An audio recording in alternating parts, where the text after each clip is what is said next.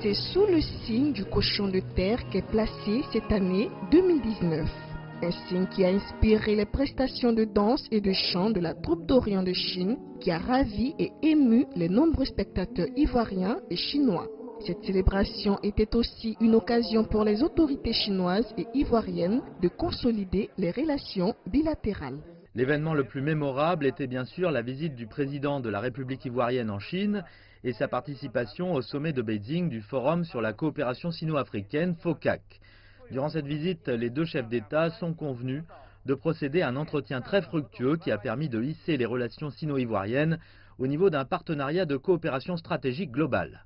L'année 2019 est une année prometteuse et quand on voit tout l'investissement que la République populaire de Chine apporte à notre pays dans divers secteurs, notamment dans le domaine des infrastructures, dans le domaine de l'énergie, dans le domaine de l'éducation, vraiment, nous pouvons véritablement rendre un hommage appuyé aux relations de coopération entre les deux pays.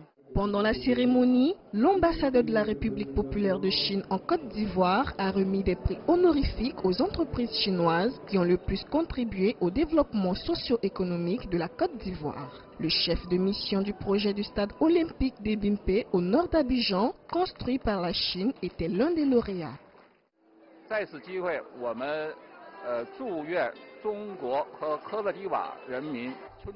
Nous avons commencé le chantier du stade Ebimpe en 2016.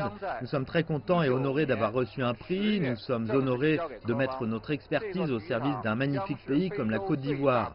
Mes meilleurs vœux à tous, et je tiens à préciser que le stade Ebimpe devrait être livré en octobre 2019 et ça sera l'un des plus grands stades de sport en Afrique.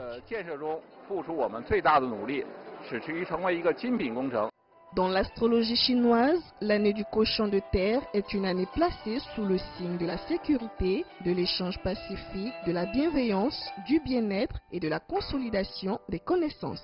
Aujourd'hui, la Chine est l'un des premiers partenaires économiques de la Côte d'Ivoire et elle prévoit la construction d'un centre culturel chinois, un hôpital VIP et bien d'autres projets de grande envergure dans les temps à venir.